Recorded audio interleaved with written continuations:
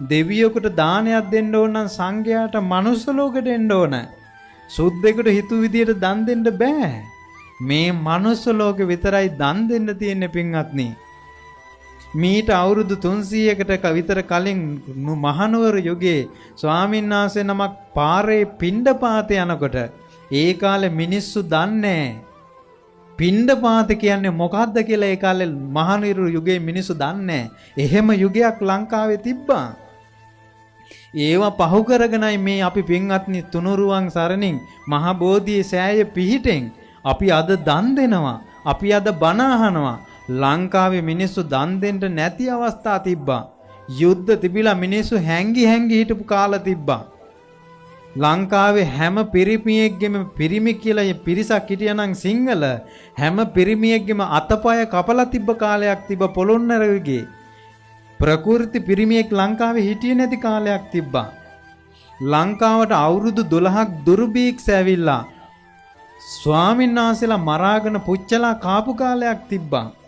එහෙම යුග පහු කරගෙන ඇවිල්ලායි මේ අපි දන් දීම ගැන කතා කරන්නේ. සිල් රැකීම ගැන කතා කරන්නේ. බණ ඇසීම ගැන කතා කරන්නේ. මේ කාලය ගොඩාක් නෑ පින්වත්නි. ටික කාලයයි තියෙන්නේ. ටික කාලයයි තියෙන්නේ. මේ කාලේ ඉක්මනට පින් පුරව ගන්න. මේ කාලේ ඉක්මනට පින් රැස් කරගන්න. මේ කාලේ ඉක්මනට තමන්ගේ යහපත හදා ගන්න. ඔබ හෙට උදේ මැරුණොත් එහෙම ඔබට සියල්ල අහිමි වෙනවා. ඒ නිසා මරණයට කලින් පින් පුරව ගන්න. ඒ නිසා අවසාන වශයෙන් මම එකක් කියන්නම් ඔබට. එකක් කියන්නම්. ඔබ හොඳට බුදුරජාණන් වහන්සේ සරණ යන්න. සරණ යන්න. ඒකට කියනවා මොකද්ද කියන්නේ? සරණ යනවා. සරණ කියලා කියන්නේ පින්වත්නි මට බුදුරජාණන් වහන්සේ විතරයි වෙන පිහිටක් නැහැ. නත්ති මේ සරණං අඤ්ඤං බුද්ධෝ මේ සරණං වරං. වෙන සරණක් නැහැ. මට බුදු සරණ විතරයි. නත්ති මේ සරණං අඤ්ඤං ධම්මෝ මේ සරණං වරං. ධර්මයේ විතරයි. නත්ති මේ සරණං අඤ්ඤං සංඝෝ මේ සරණං වරං. සංඝ සරණ විතරයි. කවුරු හරි කෙනෙක් බුද්ධං සරණං ගච්ඡාමි ධම්මං සරණං ගච්ඡාමි සංඝං සරණං ගච්ඡාමි කියලා සරණ ගියොත් එයාගේ ජීවිතේට ඒ මොහොතේ ඉඳන් විශාල පින් කන්දරාවක් එකතු වෙනවා. ඒකට කියනවා පුණ්‍ය ගංගාවක්. විශාල පුණ්‍ය ගංගාවක් හැරෙනවා එයාගේ ජීවිතේට. සරණ ගියපු මොහොතේ ඉඳන් පුණ්‍ය ගංගාවෙන් පිනෙන් ජීවිතේ පිරෙනවා. ආන්ගේ ගංගා තුන හදාගන්න ඔයාලා. ඊට පස්සේ හදි හෝනියන් දේවාල ඌව පස්සේ යන්න එපා.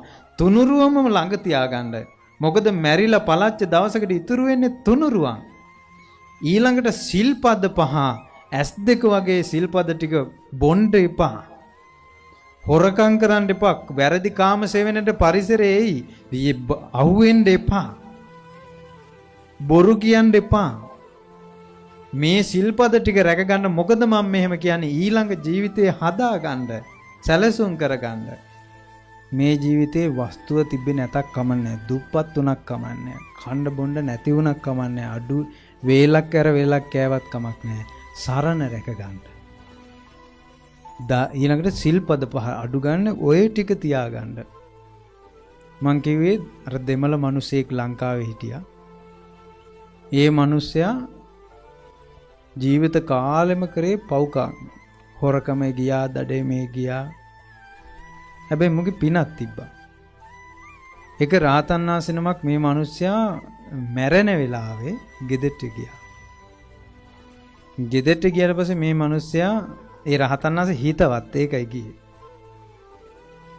අර රහතන් වහන්සේ කිව්වා මේ දැන් ඔයාද මරණ මොහොතට ඇවිල්ලා ඉන්නේ. ඒ නිසා ඔයාගේ බේරෙන්න මං ක්‍රමයක් කියන්නම් කියලා අර මිනිස්සයාට කළේ දැන් හොඳට බුදුරජාණන් වහන්සේ ගැන හිත පහද ගන්න කිව්වා. ඒකල දැන් හොඳට හිතින් හදවතින් කියන්න කිව්වා. එක සිතින් කියන්න කිව්වා මේ විදිහට මම බුදුරජාණන් වහන්සේ සරණ යනවා. බුද්ධං සරණං ගච්ඡාමි කියලා. ඊළඟට කිව්වා මම ධර්මයේ සරණ යනවා. ධම්මං සරණං ගච්ඡාමි කියලා සරණ යන්න කිව්වා. මම සංඝයා සරණ යනවා. සංඝං සරණං ගච්ඡාමි කියලා සරණ යන්න කිව්වා. ඔය සරණ යවුවා. ဒ ුතියම්පි දෙවනුව මං සරණ යනවා.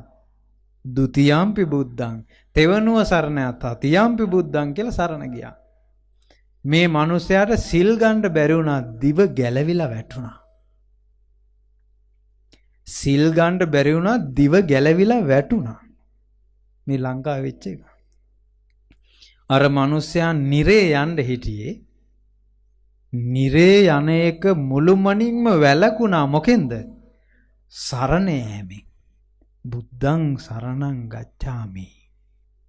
ධම්මං සරණං ගච්ඡාමි. සංඝං සරණං ගච්ඡාමි. සරණ කියන්නේ එච්චර බලවත් එකක්. සරණ කිලුටු කරගන්න එපා. එක ඒ වගේ සරණ කිලුටු වෙනවා. සරණ කිලුටු වෙනවා බුදුරජාණන් වහන්සේට වඩා වෙන දෙයක් ඇත කියලා ධර්මයට සංඝයාට නිඳා අපහාස කරද්දී සරණ කිලුටු වෙලා බිඳිලා යනවා. ඊට පස්සේ පිහිට නැහැ. සරණ තියෙන්නේ හදවතත් එක්ක බද්ධ වෙලා. හදවතත් එක්ක. ආන් එහෙම ජීවිතයක් හදාගන්න සිල්පදත් එක්ක.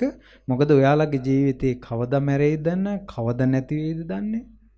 ඒ නිසා ජීවිතේට සරණ පිහිට හදාගන්න ඊළඟට එහෙම කරගෙන මේ ජීවිතේ මේ සංසාරේ ප්‍රශ්නේ අපේ විසඳිලා නැහැ. අපිට ප්‍රශ්නයක් තියෙනවා. ඒ ප්‍රශ්නේ තමයි ඊළඟ ජීවිතේ නිරයට යයි. ඊළඟ ජීවිතේ නිරයට ගියොත් ඔක්කොම ඉවරයි.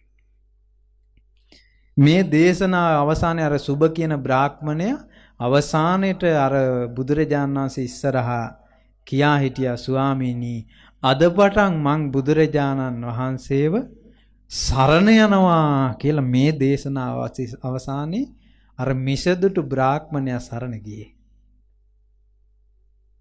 සරණ ගියේ.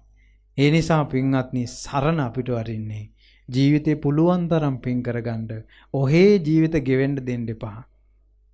ඔහේ ගෙවෙන්න දෙන්න එපා. අඩු ගණනේ සුගතියක දෙව්ලෝක හිතක් පිහිටුව ගන්න. අර මිනිස්සු බෝම්බ බැඳගෙන මැරෙනවා දෙව්ලෝ යන්න. අපිට දෙව්ලෝ ගැන වගක්වත් නැහැ. ඒ නිසා පින්වත්නි දෙව්ලෝ ගැන සිතක් පිහිටවගෙන වාසය කරන්න, සරණ රැකගන්න, සිල් රැකගන්න.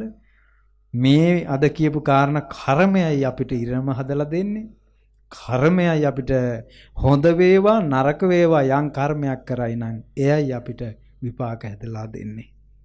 ඒ නිසා පින්වත්නි ඔබට මේ කරුණු කාරණා හිතට ගන්න, ජීවිතේ හදා ගන්න. ඔබ සියලු දෙනාට වහවහ ධර්මයේ හැසිරෙන්න, සුවසේ සරණේ පිහිටාගෙන මෙලව පරලොව යහපත සලසා ගන්නට වාසනාව ලැබේවා. සාදු